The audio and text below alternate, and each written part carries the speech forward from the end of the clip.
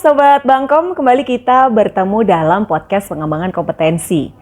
Nah, kali ini kita akan membahas tema yang lagi lumayan viral, bukan viral ya, mungkin in banget gitu.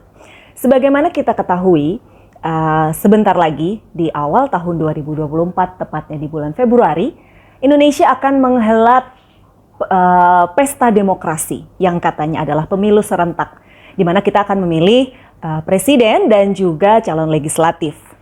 Saya yakin Sobat Bangkom pasti sudah punya jagoan masing-masing, entah itu teman, saudara, atau mungkin Anda benar-benar mencermati visi misi calon Anda sehingga Anda akan memilih beliau kelak di 14 Februari ataupun di 27 November 2024. Nah, sayangnya sebagian dari masyarakat Indonesia terkadang fanatik berlebihan nih sama salah satu calon atau jagoannya yang berpotensi konflik sosial.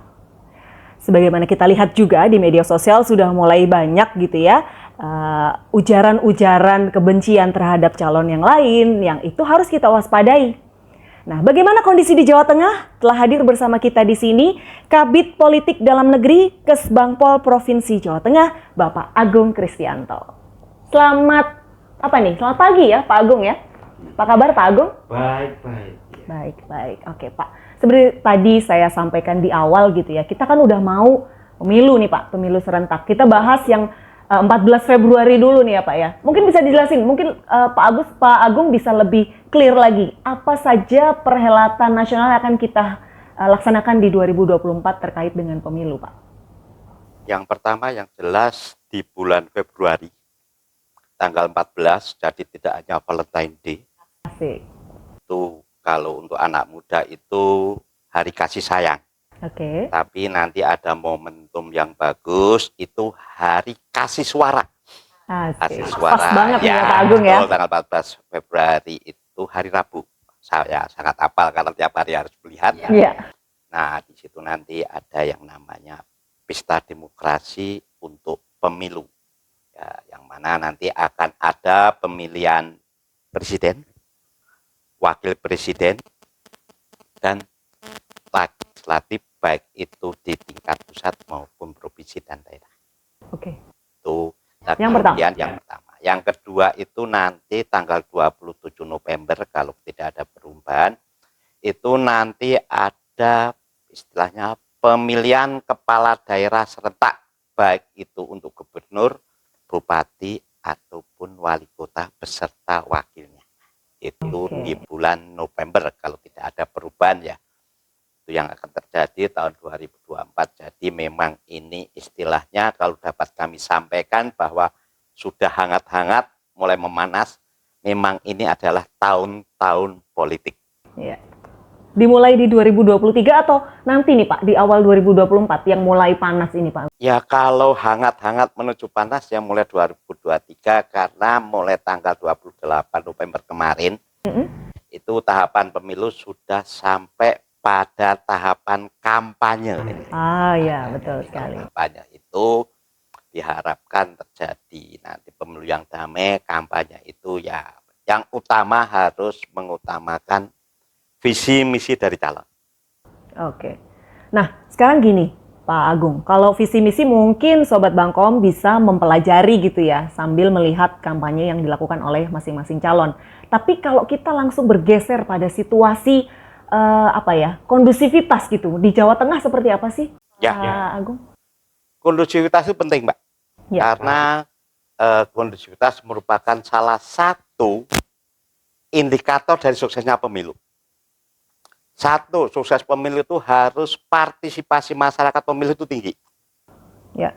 Yang kedua adalah kondusivitas terhadap situasi harus aman dan damai. Oke. Yang ketiga itu pelayanan kepada masyarakat itu harus tetap berjalan dengan baik dan lancar. Yang keempat itu adalah tahapan-tahapan proses pemilu itu terjadi tahapan dengan baik, tidak menimbulkan suatu kontra atau protes atau apa, karena tahapan pemilu dimulai dari daftar pemilih tetap, daftar calon tetap, kemudian penetapan calon presiden dan wakil presiden, pemilu, masa tenang, kemudian tadi ya saya sampaikan, Ya. Hari Kasih Suara. Asik, kasih suara. Nah, 4 hal ya tadi Pak Agung, partisipasinya tinggi tapi tetap kondusif. Kalau di Jawa Tengah, mungkin ada nggak dari pantauan dari Kesbangpol Provinsi Jawa Tengah, itu yang mulai menunjukkan konflik-konflik kecil gitu antar kubu gitu mungkin, Pak Agung? Sebenarnya konflik antar kontestan saya katakan. Ya, karena sebenarnya sukses kondisivitas itu tergantung ada 4 aktor di sini, Mbak. Oh, Pelaksana pemilu, ya penyelenggara, ya. itu Bawaslu KPU. Oke. Organisasi politik itu peserta. Oh iya, peserta. Dan masyarakat. Ya, masyarakat itu juga akan menentukan untuk damai dan tidaknya. Ya. Tetapi kunci utama sebenarnya ini adalah mereka adalah organisasi politik itu sebagai peserta, diharapkan apa itu timnya, itu apa itu kemudian pendukungnya, ya diharapkan terjadi aja secara damai, happy, ceria, santai-santai saja, dalam artian santai dalam suatu proses ini ya Mbak, bukan santai terus lainnya. Karena saya yakin setiap kontestan pasti akan mengharapkan yang terbaik dan suara terbanyak, itu pasti. Iya, Ya, makanya kan pengerahan dan lain-lain itu pasti masif. Tapi diharapkan juga ada pendidikan terhadap mereka untuk tidak terjadi gesekan-gesekan. Apalagi yang penting Mbak, yang utama, itu jangan terjadi polarisasi dalam masyarakat. Nah, ini nih. Terbelah-belah, baik itu dari apa ya, terjadi identitas si A, si B, agama apa, suku apa, Iya. yang diangkat menjadi suatu bentuk untuk saling meraih suara, Iya. ataupun saling yang lain, sehingga polarisasi terjadi. Itu yang tidak kita harapkan. Yang satu kata kunci yang penting adalah persatuan dan kesatuan Iya. Indonesia tetap Sila harus ketiga. terjaga. NKRI harga mati.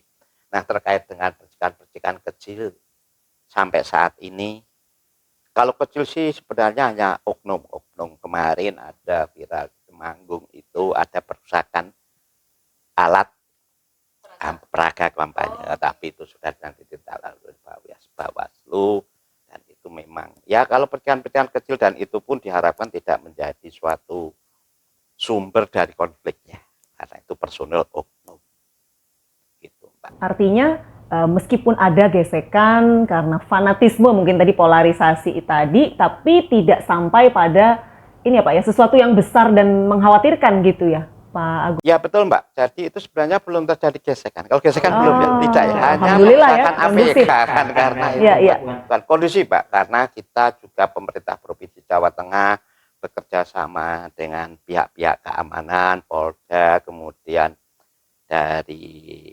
Kodam, tetap kita itu menjaga dan mengawal supaya pemilu berjalan damai. Makanya kita sering lihat terjadi yang namanya apa ya, deklarasi damai. Oh ya. Deklarasi damai sering kita lakukan. Satu sisi juga pendidikan politik, Mbak. Karena kenapa? Ini terjadi karena pemilih kita itu nanti itu yang paling banyak pada pemilih milenial sama Gen Z. Di Jawa Tengah itu ada 56,8 pemilihnya dari Gen Z. Wow, 56,8% ya Pak? Persen dari total penduduk sekitar 37 juta itu pemilihnya adalah dari Gen Z. Lainnya adalah baby boomer dan usia di atas 65 tahun. Nah itu biasa. Terus kita harus gimana nih Pak menyikapi bahwa 56 sekian persen itu Gen Z? Apakah mereka tuh berpotensi mengganggu kondusivitas atau enggak kalau menurut? Ya kalau kita melihat usia mereka ya Mbak ya, jadi labil gitu kali ya, ya Pak ya? mungkin secara satu Ya. Gen Z itu rata-rata pemilih pemula. Ya. Pemilih pemula itu kadang-kadang kala masih terjadi kebingungan atau ambiguitas dan masih mudah dipengaruhi. Yang kedua, mereka kadang-kala mempunyai tingkat emosi yang lebih tinggi dibanding yang sudah tua-tua kayak kita ini yang sudah matang. Jadi memang untuk kaum muda itu perlu nanti adanya pendidikan politik. Oke. Pendidikan politik, jadi jangan sampai anak-anak muda itu tidak tahu politik. seorang seniman Jerman itu Bertolt Brecht itu mengatakan buta yang paling terburuk adalah buta politik. Oh, oke. Oleh karena itu, maka untuk anak-anak muda yang masih pemilih pemula atau yang Gen Z itu dari pihak Kesbangpol itu mengadakan pendidikan politik SMA, kaum muda, kemudian mahasiswa, dan yang tak lupa lagi juga peran-peran yang lain. Itu, Mbak.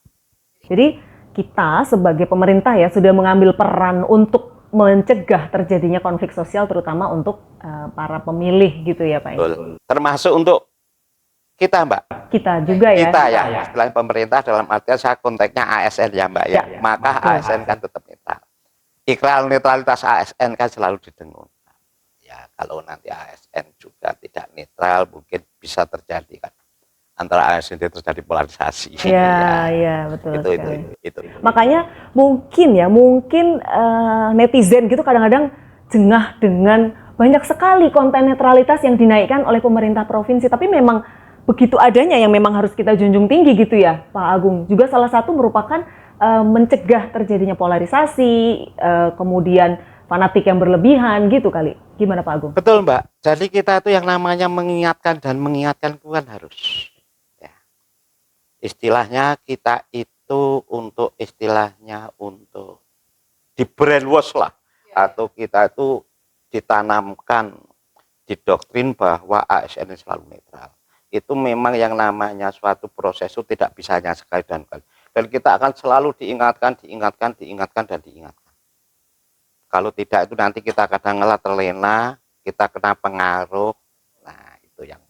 Terus kalau udah kena pengaruh, kita jadi berantem di grup WhatsApp, Pak Agung. Betul nggak? Kan kita nih kadang-kadang di grup WhatsApp nih suka menceritakan kelebihan calon yang kita suka, terus jelek-jelekin calon sebelah gitu.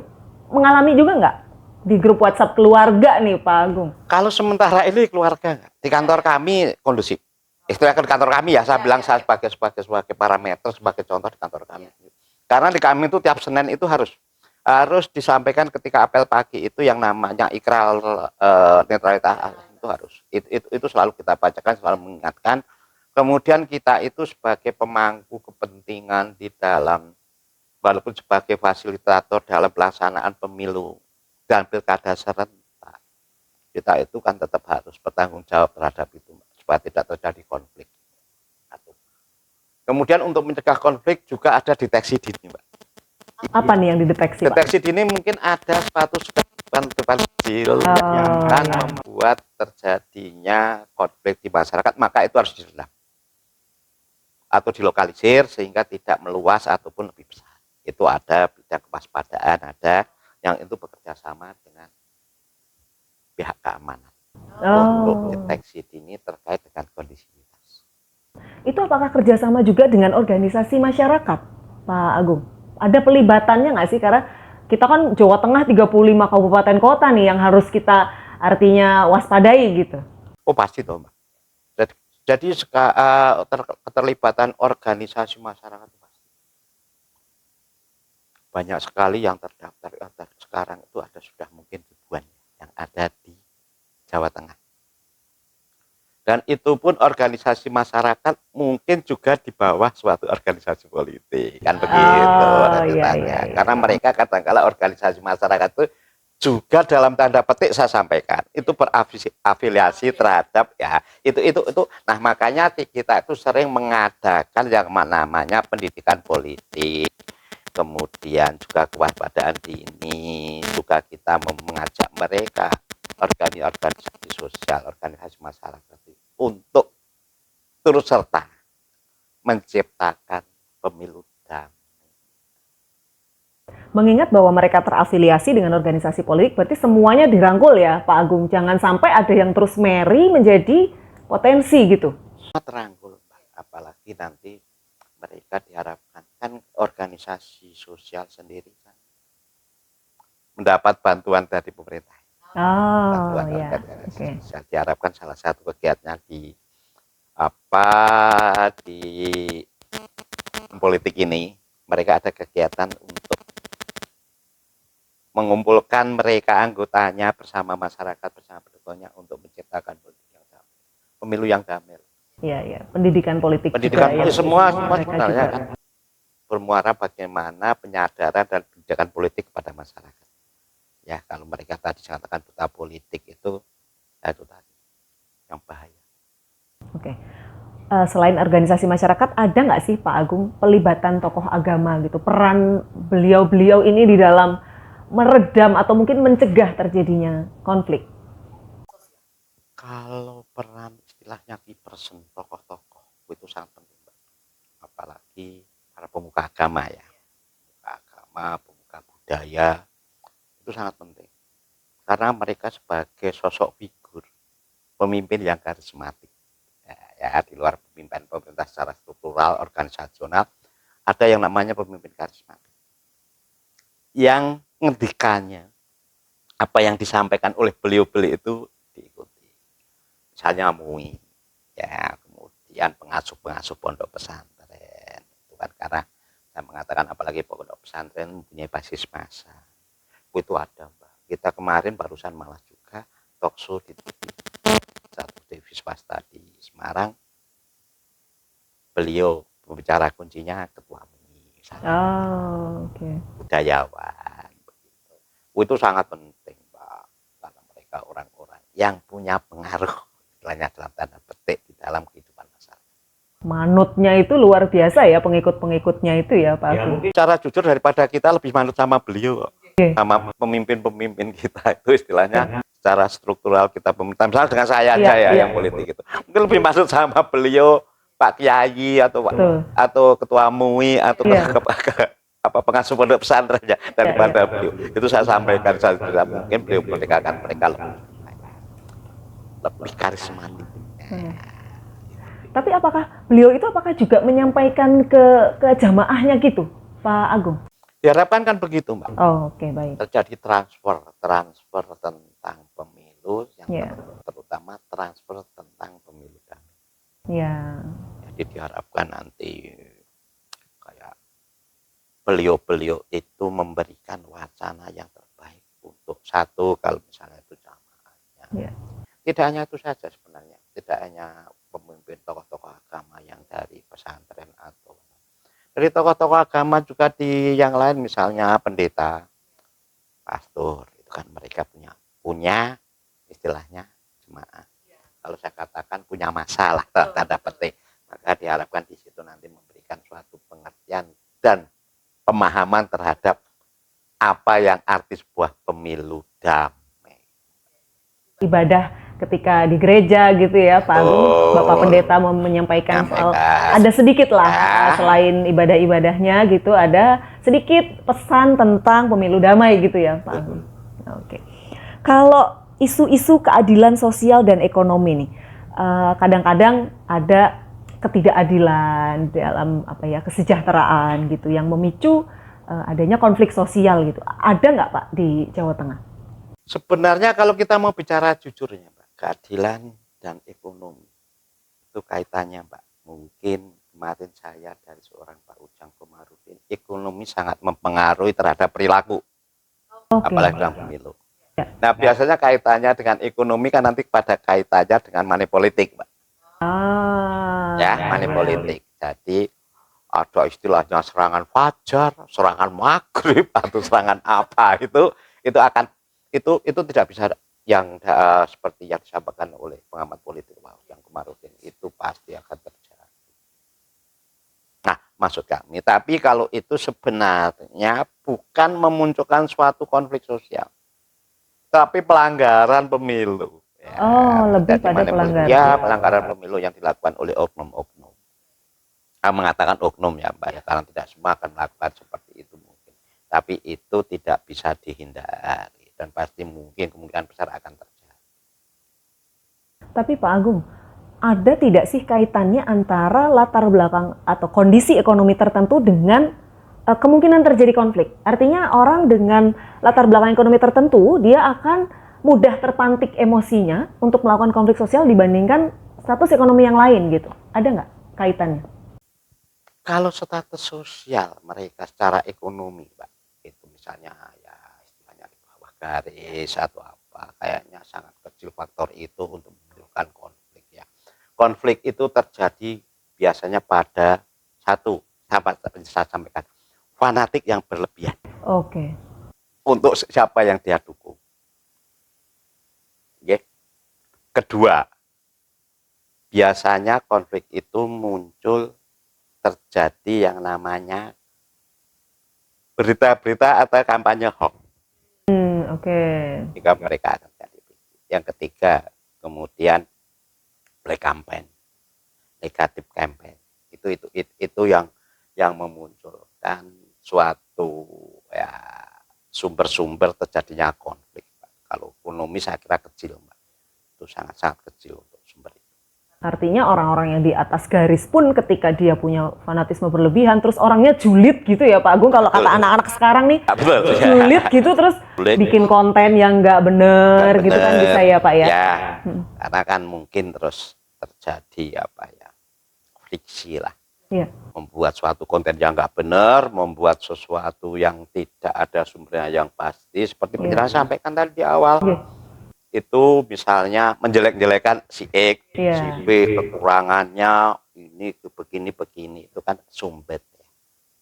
Nanti balas ganti, dan yang sini balas, akhirnya saling berbalas. Gitu, yang akhirnya membuat para simpatisannya itu ya biasalah, solidaritas, semangat untuk mendukung, akhirnya kan malah justru di bawah itu yang diharapkan, yang menjadi diharapkan tidak terjadi, sehingga di bawah tetap adem aja.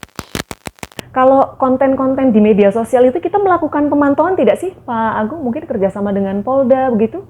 Kemarin ada edaran untuk kita memantau konten. Makanya di Polda itu ada sekarang cyber yang khusus untuk konten-konten pemilu. Betul. Dan juga saya harapkan nanti Kominfo. Kominfo itu sebagai pusat pemberi informasi kepada masyarakat. Itu ya diharapkan memberikan kampanye dan pendidikan politik yang baik. Juga nanti untuk konten-konten itu, Kominfo kami berharap kalau ada konten yang kurang baik itu untuk dicari akunnya, diminta untuk take down. Karena pada platform media sosial itu kan tidak bisa take down sendiri kan, Kominfo Jawa Tengah kan. Betul. Itu tadi media sosial nih ya Pak Agung. Kalau media Pak, media mainstream seperti media cetak, media online, itu apakah sudah dilibatkan di dalam menciptakan pemilu yang damai ini? Diharapkan seperti itu, Mbak.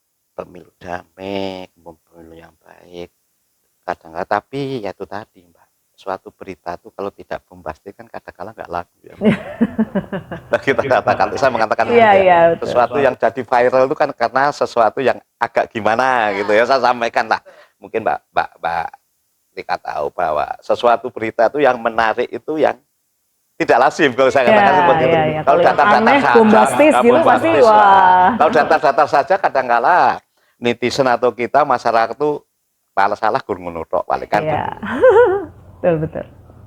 Oke, terus kalau ini Pak, dari seluruh pihak yang kita libatkan gitu ya, artinya ada nggak sih langkah-langkah konkret yang kita lakukan kepada misalnya calon-calon yang saling berseberangan ini gitu, menjembatani mereka-mereka yang punya visi atau pandangan politik yang berbeda gitu. Misalnya calon A, B, C, kita tahu ada 3 nih ya Pak ya. Tim dari ketiga calon ini pernah dikumpulkan gitu nggak sih Pak untuk artinya mereka juga mengedukasi tim yang ada di bawahnya mengusung pemilu damai gitu Pak Agung? Karena ini pemilu, kalau yang pemilu ya Mbak ya, pemilu perlu dipahami bahwa pemilu itu lebih berperan pada Bawaslu KPU karena untuk supporting dari pusat. Oh iya, penyelenggaranya tadi lebih ke KPU dan Bawaslu. Dan itu dari pusat dan itu yang diharapkan kan itu nanti Pak KPU sebagai penyelenggara pemilu, sebagai lembaga yang mengawasi.